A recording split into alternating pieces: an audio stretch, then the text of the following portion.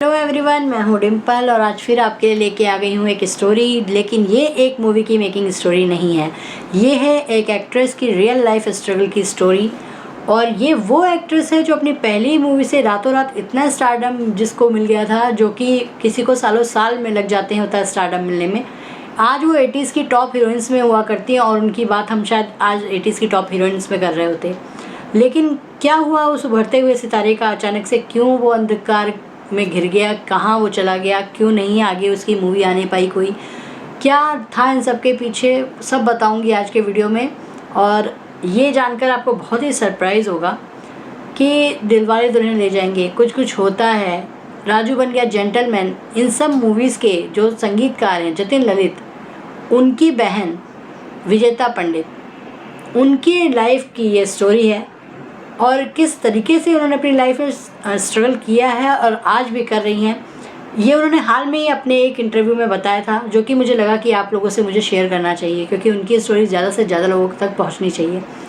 काफ़ी दुख भरी स्टोरी है उनकी और मतलब बहुत ही अनएक्सपेक्टेड है कि वो मतलब आगे नहीं बढ़ पाई, जबकि उनके पूरे 4 पीढ़ी से लोग इतने ज़्यादा नामी संगीतकार और संगीत के घराने से हैं, मतलब शास्त्रीय संगीत से लेके बॉलीवुड म्यूज़िक तक में उनके पूरे परिवार लोग छाए हुए हैं। उनकी खुद की बहन सुरक्षा पंडित एक्ट्रेस रही हैं, उनके भाई जतिन ललित इतने बड़े संगीतकार रहे हैं, लेकिन वो कभी आगे नहीं बढ़ पाई। उनकी लाइफ में ऐसे क्या हो गई चीज़ें, सब आज के स्टोरी में मैं आपको डिटेल में बताने वाली हूँ। तो इन सब की शुरुआत हुई थी 1981 में, जबकि राजेंद्र कुमार अपने बेटे कुमार गौरव के लिए एक मूवी बनाने का सोच रहे थे, जिसमें उनको चाहिए था कि वो एकदम नई हीरोइन लें अपने बेटे के साथ।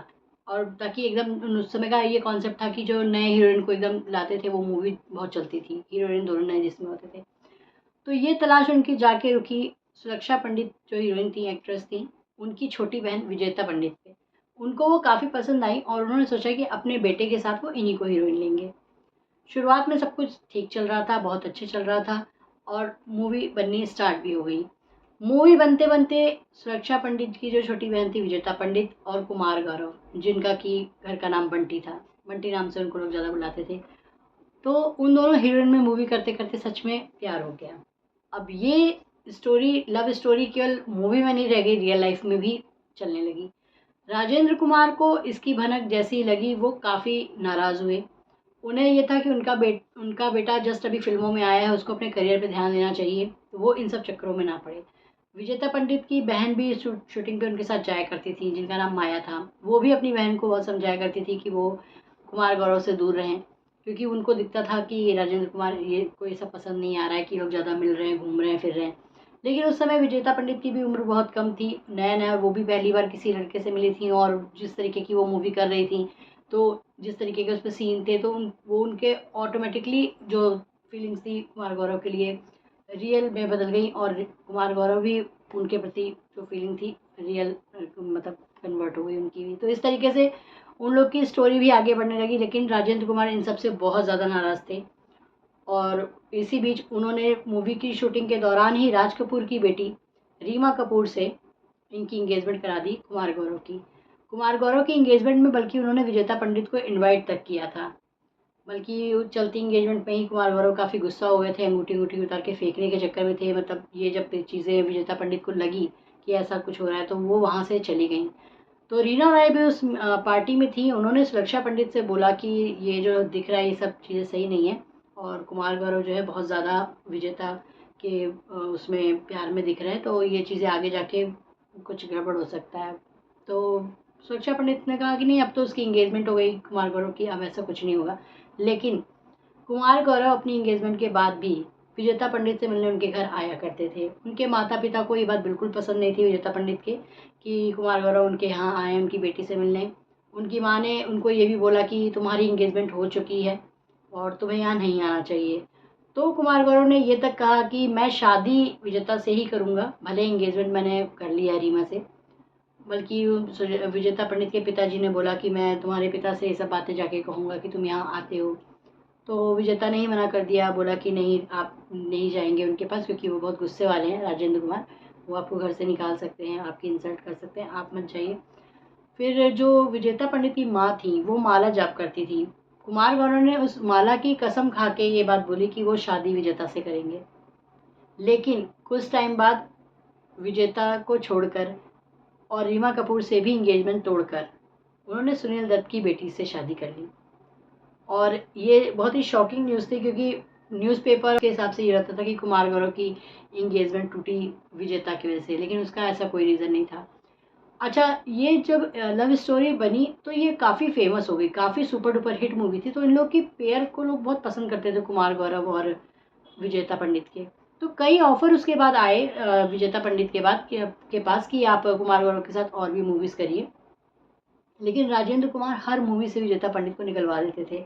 उनका कहना था कि मूवी हीरो से चलती है, हीरोइन से नहीं। और जितनी भी मूवीज़ विजेता पंडित ने साइन की, सब में से एक करके उन्होंने उनको निकलवा दिया और सब में दूसरी हीरोइन को रिकमेंड कर दिया। इस तरीके से उन्होंने फिल्मों में तो एकदम उनका करियर ख़त्म ही कर दिया। उसके बाद उनको कोई मूवी मिली ही नहीं विजेता पंडित को। हालांकि कुमार गौरव की भी कोई मूवी बहुत अच्छी चल नहीं पाई उसके बाद। लव स्टोरी के बाद उनका करियर भी बहुत अच्छा कभी नहीं चला। माधुरी दीक्षित को लेके भी इवन कुमार गौरव को माधुरी दीक्षित के साथ भी एक मूवी में उन्होंने लाया, सोचा कि शायद माधुरी दीक्षित के नाम पे वो मूवी चल जाएगी, बट वो भी मूवी कोई कमाल नहीं कर पाई और कुमार गौरव का भी करियर ख़राब हो गया। इस तरीके से राजेंद्र कुमार की जिद की वजह से दो लोगों का करियर पूरी तरीके से ख़राब हो गया, और जिसमें उनके बेटे का तो फिर भी किसी तरीके से वो आगे पीछे कुछ करते रहे और वो लाइफ उनकी कटती रही, लेकिन विजेता पंडित के लिए तो उन्होंने सारे रास्ते बंद कर दिए फिल्म इंडस्ट्री के कि वो कोई मूवी कर पाएँ। उसके अलावा उन्होंने भी एक दो मूवी की, लेकिन उनकी भी नहीं चली उतनी, और ना ही कुमार गौरव की चली। तो एक इगोइस्टिक आदमी की वजह से उनकी लाइफ एकदम अंधेरे में चली गई। और ये उनका जो एक्ट्रेस वाला करियर था, अभी तो मैंने उसकी बात बताई है, अभी उनके सिंगिंग करियर के साथ क्या हुआ ये भी मैं आपको बताती हूँ। संगीत की जहाँ तक बात है, वो एक बहुत अच्छी गायिका भी थी, और उनके भाई जतिन ललित जब कोई नया संगीत बनाते थे तो वो उस गानों को गाया भी करती थी, और वो बहुत अच्छी गायिका थी। और उन्होंने राजू बन गया जेंटलमैन का गाना, लवेरिया हुआ, और पहला नशा पहला खुमार, ये सब गाने गाए थे, लेकिन उन सब गानों को बाद में दूसरे सिंगर से डब करा दिया गया। ऐसा एक बार दो बार नहीं, उनके साथ बहुत बार हुआ। उनके सगे भाई कुछ नहीं कर पाते थे जब बड़े बड़े प्रोड्यूसर डायरेक्टर और लोगों की चलती थी कि नहीं ये गाना तो हम लता मंगेशकर से गवाएंगे या अलका याग्निक से गाएंगे या अनुराधा पौडवाल से गवाएंगे। तो उनके गाने इस तरीके से, उनके सारे गाए हुए गाने दूसरे लोग डब कर देते थे। ये भी उनके साथ बहुत हुआ। इवन उनके खुद के जो पति थे आदेश श्रीवास्तव, उन्होंने भी उनसे प्रॉमिस किया था कि वो उनका गाना ऐसा बनाएंगे जो कि वो खुद गाएं और वो रिलीज़ करें। उन्होंने गाए, लेकिन वो गाने भी उनके सुर में, उनकी आवाज़ में नहीं हुए बाद में फेमस। वो भी किसी और से डब कराए गए और वो सारे गाने किसी और ने गाए। इस तरीके से सिंगिंग करियर हो या फिल्मी करियर हो, दोनों ही उनका हमेशा अंधेरे में ही चला गया। और आज भी वो स्ट्रगल कर रही हैं, अब अपने लिए नहीं अपने बच्चों के लिए कर रही हैं। जो कहते हैं, जब आदेश श्रीवास्तव हॉस्पिटल में थे तो शाहरुख खान उनसे मिलने गए थे, और तब आदेश श्रीवास्तव अपने बेटे की तरफ इशारा किया था। तो विजेता पंडित का कहना है कि शायद शाहरुख खान समझ गए होंगे कि वो क्या कहना चाहते थे अपने अंतिम क्षणों में।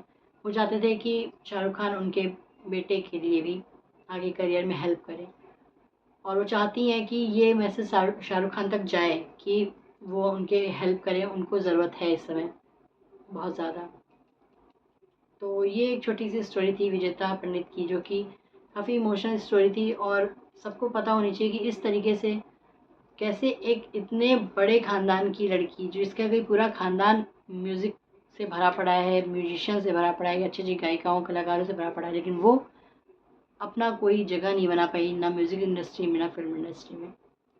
कैसी लगी आपको विजेता पंडित की स्टोरी, मुझे कमेंट करके बताइएगा, और ऐसी ही और स्टोरीज़ मैं लाती रहूँगी। तब तक के लिए बाय बाय।